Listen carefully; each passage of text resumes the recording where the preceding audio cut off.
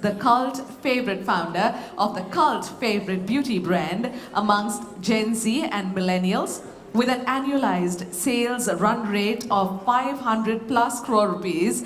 The company is now one of the top cosmetic brands in terms of sales contribution in the country. It has a physical presence of over 45,000 plus retail touchpoints as of now across 550 plus cities and has a digital community of 5 million beauty enthusiasts.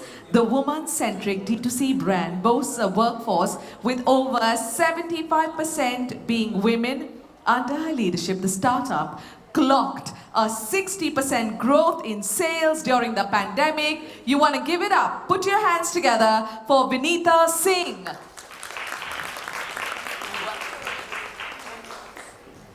Thank you. Very generous. Yes. So Nupur and I spoke on actually Sunday, till which I wasn't sure I was going to be able to do this because I've had like the absolutely craziest week. But I don't think there's anyone like Nupur who does so much for the ecosystem and for women. And she's helped me find one of my biggest mentors and coaches. So I told her that I have a really packed day, but I'm going to squeeze this session in for you.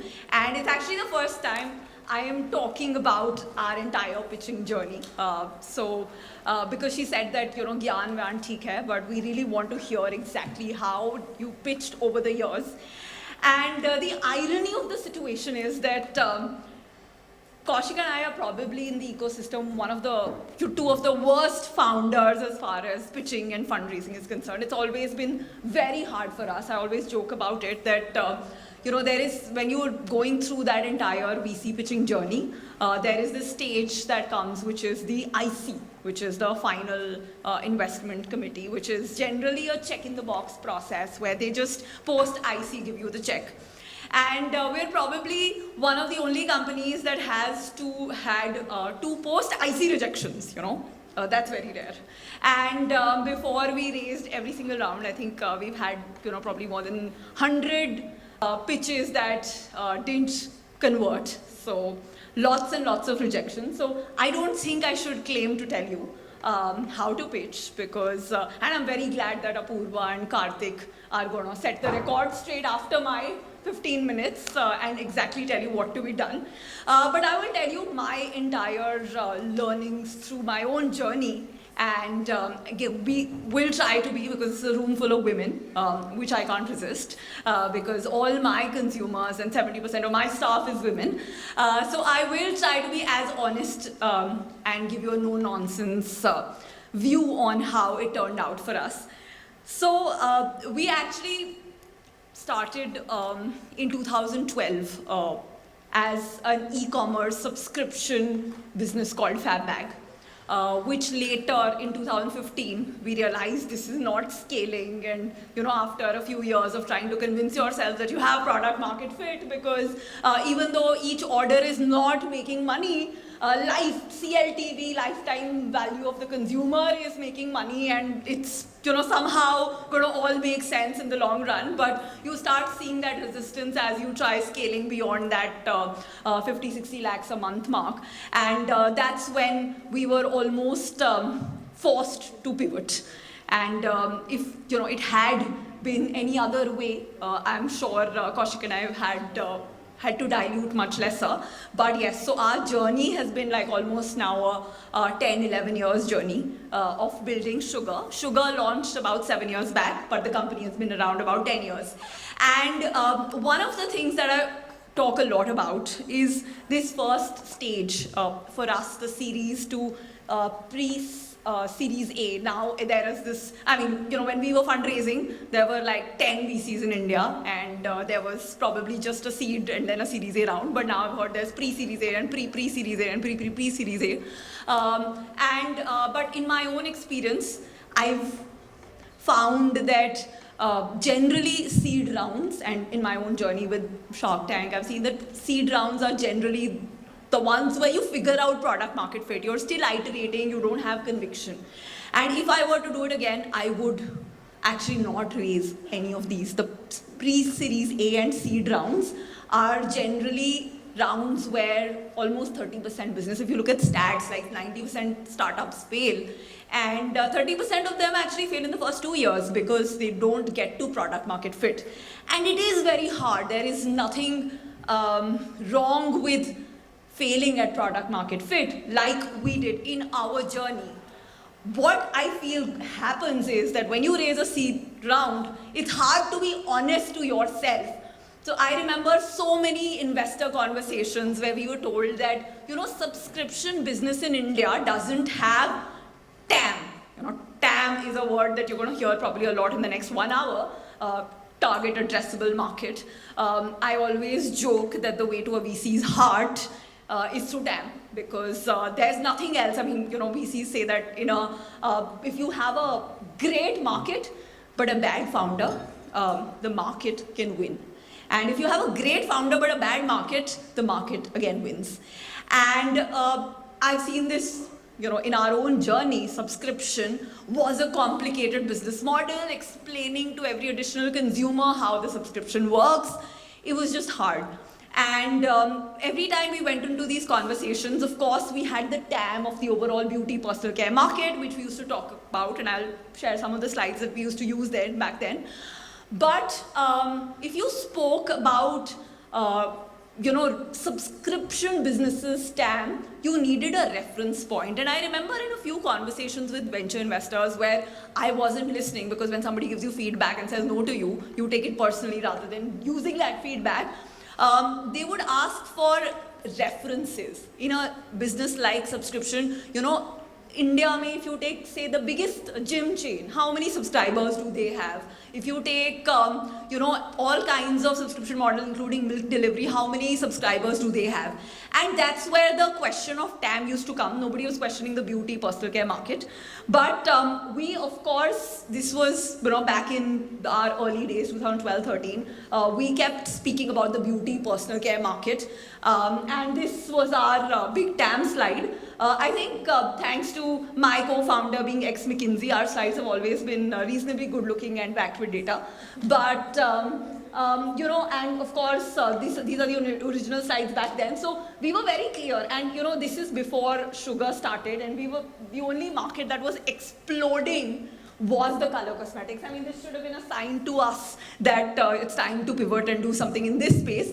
But we kept, once you start and you raise that seed round, you're on this treadmill. It's, at the end of the day, every rupee that you raise from a VC, I don't think you should look at it as anything. That also, I feel, is like debt. I mean, it's emotional debt. You owe them back a certain multiple in returns.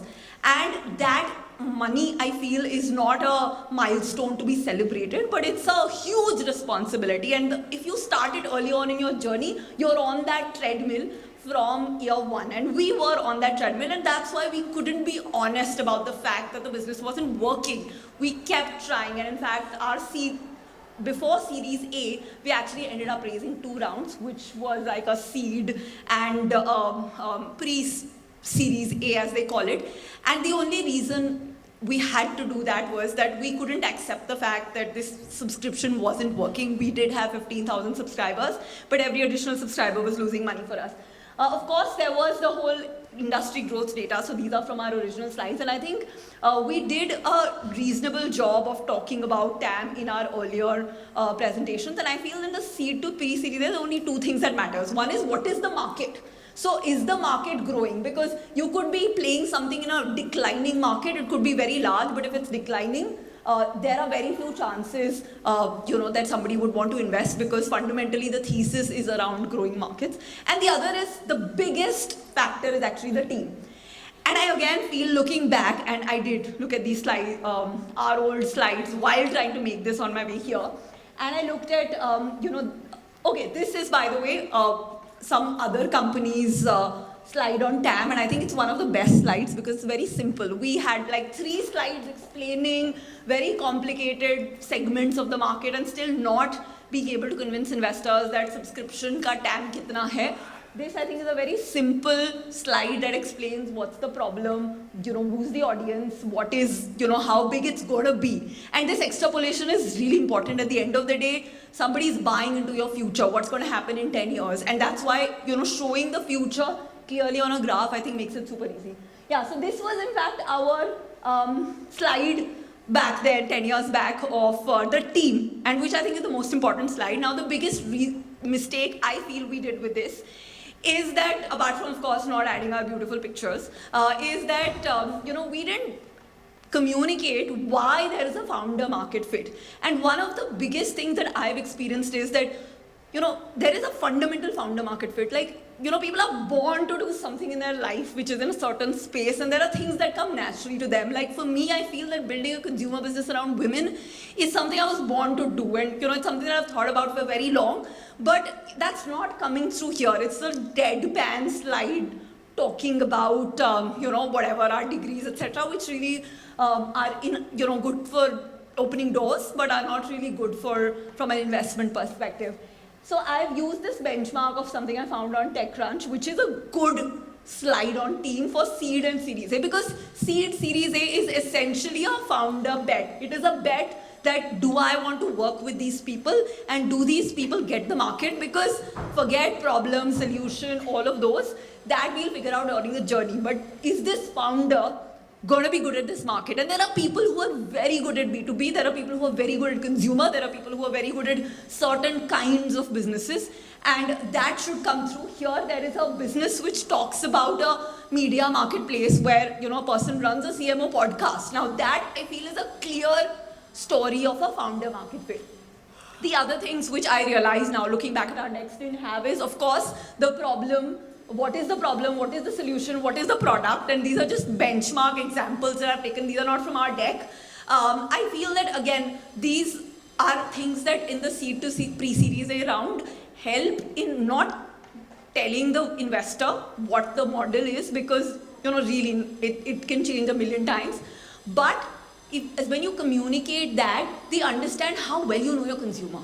And the more insight you're able to give the potential investor on how deeply you understand the consumer and her pain point, the better your chances of converting. So yes, the next stage, of course, series A to B. So then you go from, ideally, this should be post-product market fit. And I've seen like a ton of companies raise series A without that, and then discover later that they don't have product market fit. I think that's because of dishonesty. And pressure. You have the pressure to keep growing because you've raised capital and you have to show, like, first 2 years may 4x, 5x jump, 15, 20% MOM, etc. That pressure, I feel that forces us to not be honest with ourselves, which is the greatest disservice we can do to our own company, our own equity holding long term. Because if you don't have product market fit, it is going to fail sooner or later, and the more you keep diluting, the more you are putting your own equity at stake. Going back, when we were raising Series A, yes, we were not honest that subscription is not going to work. We figured out in 2015, after which, I think 2017 or 18, we raised our Series A. We figured out by then that sugar is the big thing. We launched 2-3 products. They were getting tremendous traction, but the revenue, 90% of it was still coming from Fab Bag. So we went in with pitching both, which is the stupidest thing to do. As my friend Aman says, that do ghode pe sirf Ajay Devgan sawar ho sakta hai. And obviously VCs don't like that, which is probably why we had to go through those 100 pitches before getting our first round. And so series A to B journey again starts with TAM, because that is not going anywhere in the life of a founder. And so yeah, this is the slide that we had used back then, again talking about traction and how big the market is going to be. This, I think, was one of the slides in our, which talks about Fab Bag, was in our Series A deck, which I found. And I think this is good because, at the end of the day, VCs have these large funds where they need to tell their partners, they need to pitch to their international LPs, etc. So easy numbers which are memorable help. But I think this slide sucked. I mean, it's nice, good looking, easy to read, but it has, metrics that were going well for us, which are not relevant. I think there are some fundamental metrics that prove product market fit. And you need to, at Series A, you need to show traction and product market fit. the best way to show product market fit is to show how consumers love you. And that comes through this really complicated and painful thing, but you have to put it there, which is cohorts. I mean, I've like all my life tried to run away from cohorts because it's just a, nightmare figuring out and, improving your P3, P6M and all of that. But it is at the end of the day, if you choose that you want to raise capital, then you have to talk to the VC in the language they understand, which is cohorts. So I feel, again, a good example, this is not our numbers, this is another company's which I got from TechCrunch, but retention or cohorts is an important, because I think when people say repeat itna hai, LTV, all of those numbers, they get very confusing. So it's a very simple way to talk about the fact that demonstrate traction. So how do you demonstrate traction? Because you're not getting Series A without demonstrating traction and product market fit. This was one of our slides in that same deck. Again, we wanted to show that consumers love us. This is a terrible way to represent that, which is reviews. Of course, these were honest reviews and we were very proud of them. And that time, the e-commerce market was much smaller. So it was a big deal that women were going nuts about sugar products. But again, nobody has patience to read cluttered stuff like this. So again, the best way is, which we later on did, was to, show the numbers, reviews, ratings, ranks on marketplaces and so on. Of course, now it has become something that can be easily gamed. So suddenly reviews have no meaning. But back in 2017, honestly, a good review was very powerful. Traction, again, I think whoever uses gross revenue, I don't think it makes sense anymore. It's good for PR, but not very good for investor conversations. One should very honestly put net revenue, because that's the money that's going to go into your balance sheet. And of course, that's the demonstration of traction. This, I think, it's not ours. It's from another deck, which is a very good indication of traction on multiple counts. So because at the end of the day, like I said, you need one slide showing that everything is growing, and some things are not going to go very fast, some things are going to grow slower, but you put it all there in one slide or 2-3 slides in terms of all your important metrics. And honestly, the important metrics for VCs are broadly growth in net revenue, growth in gross margins, retention, repeats, and of course, any other engagement metrics that you can figure out. This is not our team again, but by Series A, B, you need to show some team traction, and why that team is great for the opportunity you're going after. We didn't have that in our deck. We just had like 2 of us, and I think that's not good enough for Series A, B. The other thing which we didn't have in the deck, and yeah, that's all part of my learning of what not to do, was a GTM, because a go-to-market, again, at Series A, B, you should understand what your leverage is and what you're going to invest this money in growing. Because you said, I have product market fit, you said I have traction, but now you're going to raise the 5-10 million and do what with it? So that's your go-to-market, and of course, competitor benchmarking. This phase of business I love, because this is finally the phase where you can go beyond just trying to convince on TAM. Because TAM then gets established. Nobody comes into a conversation for a Series D or C round, questioning the fundamental market on TAM. So luckily for us, so this is all about numbers, team, execution. I think market is something which is, I feel like, beyond your control. So for us, we started Sugar back in 2017, 2015, when nobody thought that you could make a large brand out of India. The idea of brands coming out of India was unthinkable. People said that India mein brands nahi banenge, or it's already too populated with brand, right? Suddenly, in 2019-20, this whole D2C word got invented, and everybody wanted to invest in brands coming out of India. Now that is something, as a founder, you can't control. That frenzy that happens where all VCs have a party around a category, that's not in your control. What is in your control is the hard numbers, execution, metrics, brand love. That's why I love this, because this is the one round that is not dependent on those cycles. Of course, valuations will depend on that, but interest in a category comes from your metrics, and which is what you need to demonstrate in your Series C, D, etc. pitching, which I'll run through because I think we're out of time. So yeah, this is again from our slide talking about the journey of like a consumer, what has unlocked. So here, of course, in the last 3 years, what has unlocked is, Jio ensuring 50 million people have access to internet, and, number of percentage of women shopping online becoming 44%. All of those are things that need to be demonstrated. This is a slide I'm just trying to explain to you, which we need to put in every deck because, we are selling to women. And I still feel that because most VCs you pitch to in a room are men, they don't get what is the problem between a lipstick that stays 3 hours versus 9 hours. And that's why I feel that one slide explaining what the problem you're solving is, something that's important because you shouldn't assume that the person gets the need for your product. This again, I think this could have been better, but this was the upgraded version of demonstrating some product market fit that we did for our Series C. Trajectory, of course, is important. This, I think, is the most important slide for Series CD, which is your right to win. Now, this is just one of those things that we claim as our right to win, saying that, okay, social media engagement, traction. Now, you choose your category. What is it that you do better than anybody else, which your competitor cannot take away from you? And that is your right to win. And the most important thing that you need to do is demonstrate that. This is not, again, our deck, but the competitor landscape, which we still didn't put in our last few couple of decks. Operating plan, this is not mine because I can't put my operating plan here, but a very detailed operating plan of how you're going to scale cash flows. I think that's very important because at the end of the day, you're saving the work that the person on the other side is going to do. And because Series C, D, etc., you start getting private equity investors who are not expecting you to grow 10x year on year, but are expecting you to not go bust. That's why these are important, that you have clarity on how you're going to build it. Use of funds, I think this is a very good, this is not from our deck, but showing the vision. What am I building? Why? What is the future? What is, without saying, oh, this is your exit, because obviously who knows the future, but at least giving them some understanding of what the scenario that we are building towards in the best cases. And of course, the use of funds when you want to break even, etc. I think really matters in the Series CD. And then, of course, that's my final slide. I think the best source of cash is always going to be your consumers. And at the end of the day, as an entrepreneur, you are building something that's going to take really, whatever you think it's going to take you 10, 20 years. It's a multi-decade long exercise.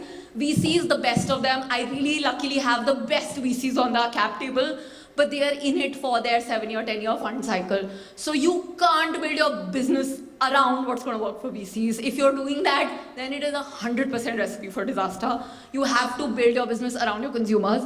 So, and when you have that right, when you have genuine love for what you're building, without any pitching, without making calls, etc., also you will have enough inbounds and conversion will happen. So just remember, don't build your business for from the VC perspective, build it for your consumers. They'll always be your best source of capital. Thank you. Please join us center stage. We've got a beautiful gift for you.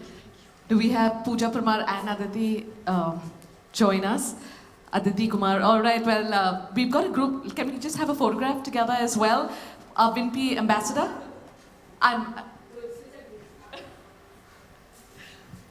Put your hands together, ladies and gentlemen.